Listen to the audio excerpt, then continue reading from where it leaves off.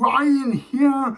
Happy Wednesday and happy Hump Day. I hope you are all having a wonderful week. Hopefully it's not cold and rainy like it is where I'm at. And all of that. I think tonight's episode is going to be interesting.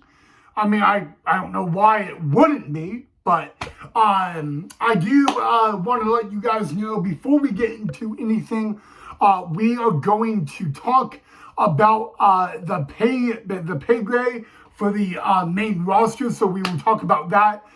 There is a new WWE Championship belts that are coming to WWE. We will talk about that in tonight's episode as well.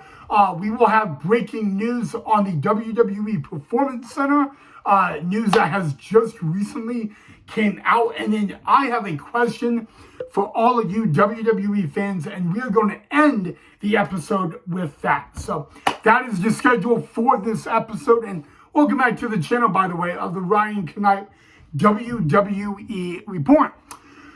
So, first and foremost, guys, right now, the minimum payroll. Now, we all know that there are superstars in the WWE that make over $1 million contracts. But the minimum payroll for the main roster in the WWE, and I actually found this very interesting. I even sent it to my mom. My mom's not a WWE fan. She is an Alexa Bliss fan and a Charlotte Flair fan. But when I sent this to her, I was even in shock. And she was too. And I really thought I would bring it out smackdown right now. The minimum payroll for the main roster in WWE, and this is for superstars, is $200,000 to $300,000. Now, like I said, there are some guys like the Roman Reigns, the John Cena's, the Charlotte Flair, the Jey Uso, the Gunters, the Randy Ortons that make the millions and all that. But I was really shocked to know that just the minimum payroll on the main roster is $200,000 to $300,000. And I found that shocking in a lot of ways. And I always, number one, the payroll news, this actually, I found out about it on Sunday, so it is late, but I really wanted to simply ask what you guys think of that. And simply, do you think it should be at $200,000? I want to really know more on what you guys think. Is that too high? Is it too low? I want to simply just find out what you guys think about that. And that's the main reason I brought it up, is what do you guys think about that? And I'm open to all your suggestions on if you agree with it or not, but I really thought I would start the episode off with that. $200,000 to $300,000, for a lot of people, that's like a lot of money. Like, they would say, absolutely, I want that.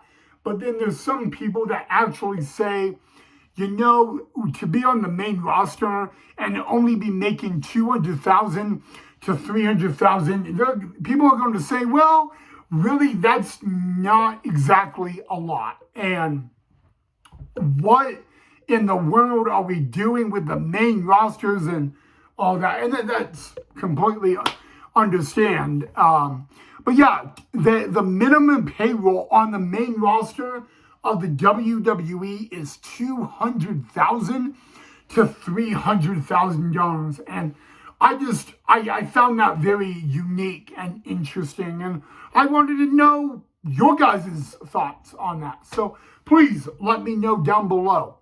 But yeah, now we move to number 2. New WWE titles coming to WWE? The answer is yes. The chief operating officer, Paul Levesque, Triple H, announced that there are 2 new titles coming to WWE, one for the men and one for the women, and they are going to be called the WWE ID Championships. Now, there is this new program running in the WWE, and it is called WWE These are independent wrestlers on at OVW, FCW, all of that are actually they are getting selected, and they're getting selected out of these independent wrestling companies to come to WWE. And so there's now a new independent wrestling area for WWE that is called WWE ID. And there is a men's title and a women's title. The women's title is called the WWE Women's ID Championship. And the men's is called the WWE Men's ID Championship. You know, pretty simple, straightforward, and all that. And so the winners of these, if they are the women's WWE ID champion or the men's WWE ID champion, then those titles actually can be defended on NXT and at independent scenes. So what I'm trying to say is, like, if you're the men's WWE ID champion, you could go and defend that title at NXT, at NXT UK. You can even go to Ring of Honor and defend that title. You could go to TNA and defend that title. And even AEW, there's a possibility that these titles could also be defended at AEW. And of course, they are called the WWE ID Championships because it is for these independent wrestling scenes. So like FCW, OVW, those can also be defended there as well. So those are new and all that. The first ever inaugural women's ID champion and men's ID champion will be crowned in the coming weeks or month, according to what WWE has said. So that's pretty interesting as well. Will these titles be available to buy on WWE Shop? Not right now. There is a possibility that these titles will be available on the WWE Shop within a few months. But as of right now, the women's WWE ID Championship and the men's WWE ID Championship are currently not available to buy on WWE Shop, but they very well could be within the coming months. Now, news on the WWE Performance Center, and this is not really what a lot of people are actually happy about. The WWE Performance Center is currently located in Orlando, Florida. I've actually been by that. If you ever go to Orlando, Florida, it is very easy to drive right by the WWE Performance Center. I was there for Disney World and Universal and Hollywood and Epcot for my birthday in 2023.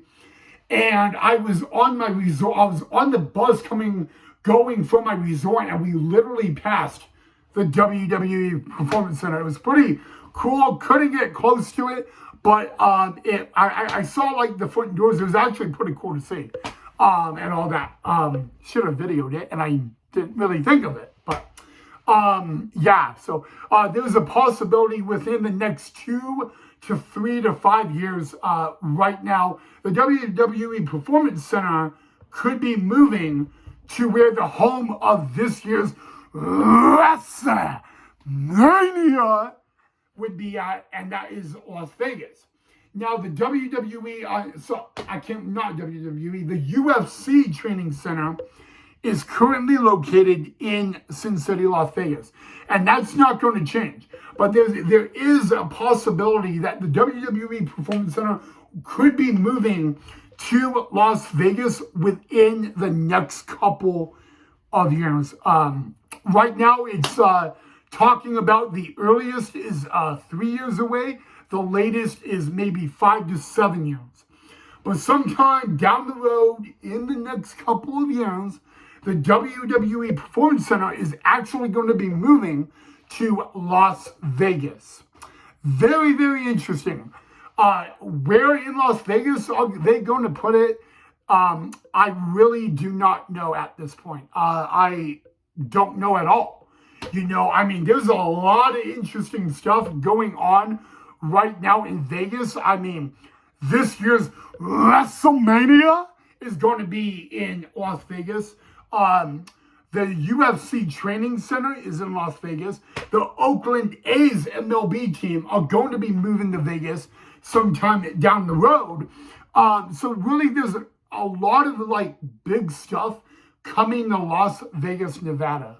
And sometime down the road, the WWE Performance Center will be moving to Las Vegas, Nevada. But the exact time frame I don't know at this point. So, and now the last thing.